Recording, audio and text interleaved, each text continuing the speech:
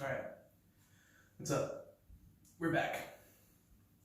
Gonna teach some butterfly guard stuff tonight in class. So, sorry, 1 second, because I just need to share this into my student group and everywhere that it needs to go. And my dog's whining, so enjoy that too. Can we let her know for the little class? Sure. So we make her virtual class debut. I'll just open the door, I'll sit here, and let them all flock to me. All right, there's one.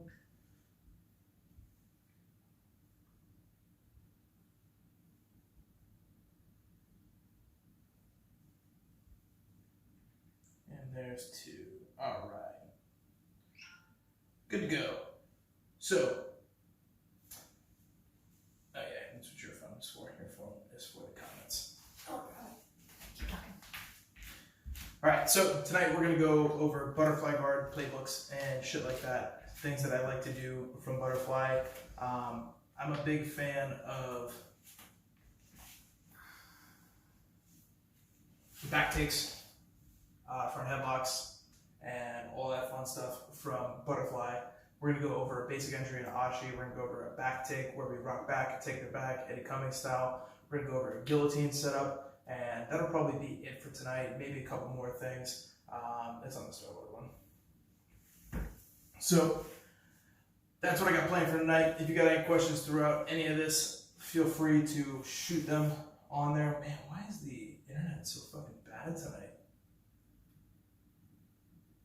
A lot of people are probably trying to use the internet. But yeah, we'll get going and get started from there. So we're gonna start in butterfly half, or in butterfly guard, and we're gonna talk about using the arm drag to take your opponent's back, okay? So I'm gonna turn this way first, and Jenna's gonna be my butterfly guard. In my butterfly guard. She always makes fun of me for making fun of her, but sometimes she does it to herself. You figure. Alright, so from this position, you guys should be able to see from the rear angle. I'm going to change it here in a second because I'm now just realizing my back is pretty wide, but I'm going to start working for an arm drag. From this position, I want to get hand control, alright? So C-grip on the hand. At the same time, I'm going to flare to open the elbow, slide my right leg in, and scooch myself in and get rear lat control, okay? So I got a cross grip on the back, and don't worry guys, I'm going to do it multiple different angles so you can see. From here, I'm going to rock backwards, and this is the only time I go backwards in one of these movements. I'm going to kick my right leg straight, and it's going to basically flip her over and take her back. So rock back, kick, and now I have her back. So now I'm going to do it from this angle. Flare, shoot, drag. From here, I'm going to reach across, grab the back. If the hip is okay, but I like to get up here on the rib cage or the back. From here, I'm going to make sure my butt is tight. If I'm too far away, this isn't going to work. So I'm going to move my hips in towards her, and I'm going to rock myself backwards, flip her up, take her back, and now I'm ready to finish the chokes. I'm going to do it once, very quickly for you guys, and then go from there. Okay, I'm lowering the bit rate so you guys can see without buffering. I don't know what the fuck's up tonight with all the buffering. So, sorry about that. All my other broadcasts have been perfect. I don't know why the fuck this one is You're all going fucked up live tonight. too much. Yeah, that's what it is. Like, The Frontier's like enough. the Frontier is like shutting down. Gone live way too much. So, I'm in, I'm dragging, I'm grabbing, I'm here. Now I rock back. Give it a nice kick. Rock in my body triangle. Whatever you want. Modified back. Control, but her head is below, so you know you have to start pummeling through and go for the choke right away. Otherwise, she's going to start trying to get her back to the floor and escape. So that's one of my favorite back takes from here. That's one of the options. I like using the arm drag a lot. I go a lot from the arm drag to the front headlock and collar ties and all that stuff to keep them going off balance. So that's one of my favorite attacks. Next thing I'm going to do is that same arm drag, and I'm going to use it to slide into an Ashi position, because a lot of the times off the arm drag, they'll either step up or I can wedge myself underneath their leg and start attacking, a standard ashi. So, Jenna's on her knees. I'm here. I'm in tight. And I'm going to go ahead and drag. Now from here, if she doesn't step this up, that's totally fine. I can get control of the hamstring, and I'm going to shoot my right leg deep, sliding backwards, and coming in to a standard ashi position here. Now from here, I have two choices, I either take her to the pin, or I make her come through by going to an outside heel hook and locking into my proper triangle. Tonight, we're gonna go right into the triangle because I wanna be preemptive with dealing with their roll, okay? So, from this position, instead of going to the pin, I'm actually gonna take my inside leg out, cross it over the top, and triangle my legs. So I'm here. Step up or No, it's okay. I'm here, shooting my leg straight, grabbing, okay? Now I'm gonna rock myself to my hip, shooting my left leg in. Almost like a gunshot, okay? From here, I'm gonna pull my right leg out and triangle my legs, getting a bend. Now, if someone is smart, their rotation is to go this way to relieve pressure. When that happens, my knee hits the floor, creates a wedge. It makes it very difficult for her to be able to roll. So as she rolls, I'm here, go ahead, try to keep rolling. That's plenty of time right there to get a break. I'm gonna do that again from a separate angle so you guys can see what I'm talking about with that triangle. Scoot over this way so they can see your knees separate. Okay. So I'm here, C-grip, flare, drag. Okay? From here, I'm grabbing behind the knee, I shotgun everything through, and now I'm in ashi. Rotate this way. Ashi.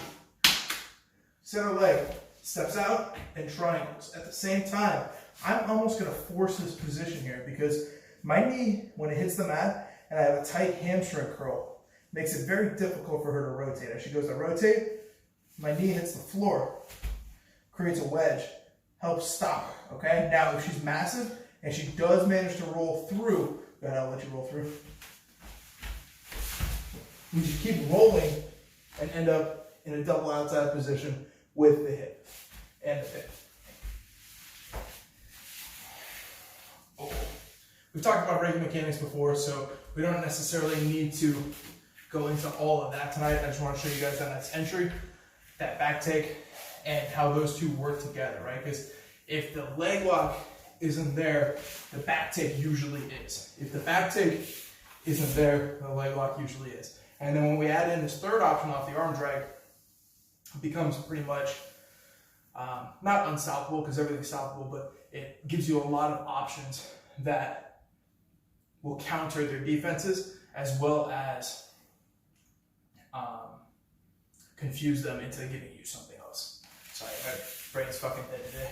Talked to a Goozy for an hour and it was a very intense conversation. Okay, so from here, as I drag, a lot of the times she's gonna try to pull this arm back. As she does, I'm gonna wrap around the head, right? So I'm here and I'm grabbing the back. As she pulls the arm back, I slide through to the neck, all right? Right to my chin strap. From here, I can either go arm in guillotine or elbow high guillotine, whatever I want, all right? So I'm just gonna do arm in, I keep my right leg tight, I fall to my hip, take my left leg out, and now I finish there. So, again, I drag and get to here. As she starts trying to pull herself back up, I shoot over the neck, getting my chin strap, sliding this through real tight. I'm gonna fall to my hip. I'll even give this foot a little kick to get my right leg across. And now I'm in tight for my chin strap, arm in, guillotine. So let's rotate that angle and then we'll start answering questions and shit like that. So I'm here.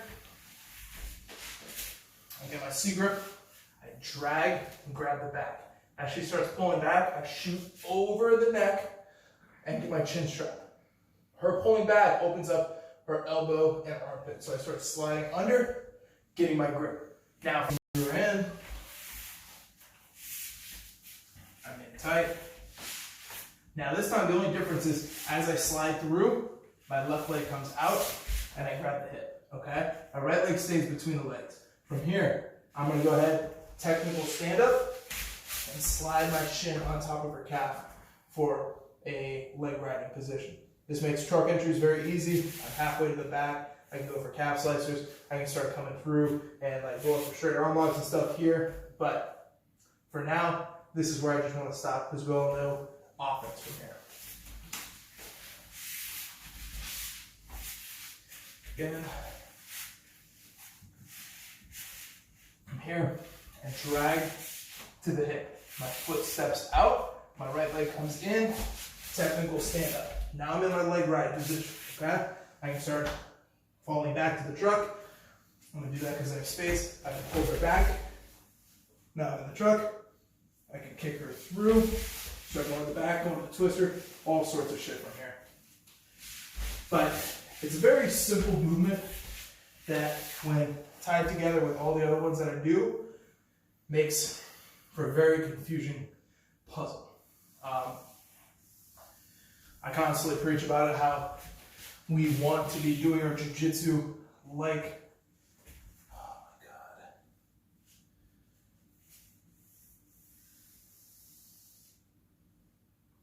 We want to be doing our jiu-jitsu like a chess match or like a conversation, right?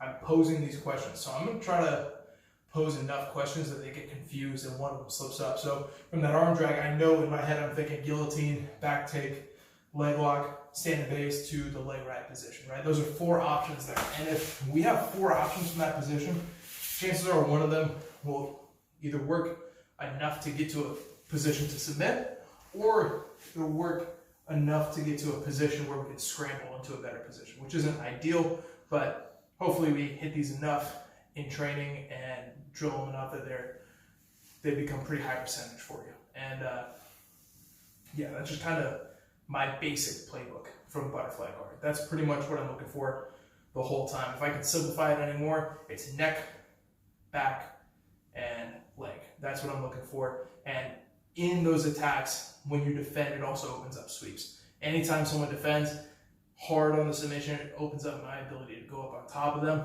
pass their guard, or anything like that. Cool. That'll be it. A lot of information. Hope you guys are staying healthy, staying sane. Aguzi and I talked about it a little bit. This is going to be very tough on your mental health. You know, a lot of you guys, most of you guys probably aren't training, aren't seeing your friends as much. Give people calls, talk to friends and family, see how they're doing. If you guys need to talk, I'm not working, you know, so if I'm not podcasting or doing match breakdowns or something like that for my online businesses, I'm always free to talk, and you can always give me a call and we can chat. And You should have like an Ask Dr. Josh podcast where people can like Yeah. go live with you. But I'm trying to give you guys a bunch of content to keep you guys sane during this period. Tomorrow at 5 p.m. I believe, I'm going live with my firearms instructor Billy Tudko from Tudko Tactical, and as well I'm gonna have Nick Norton on from Liberty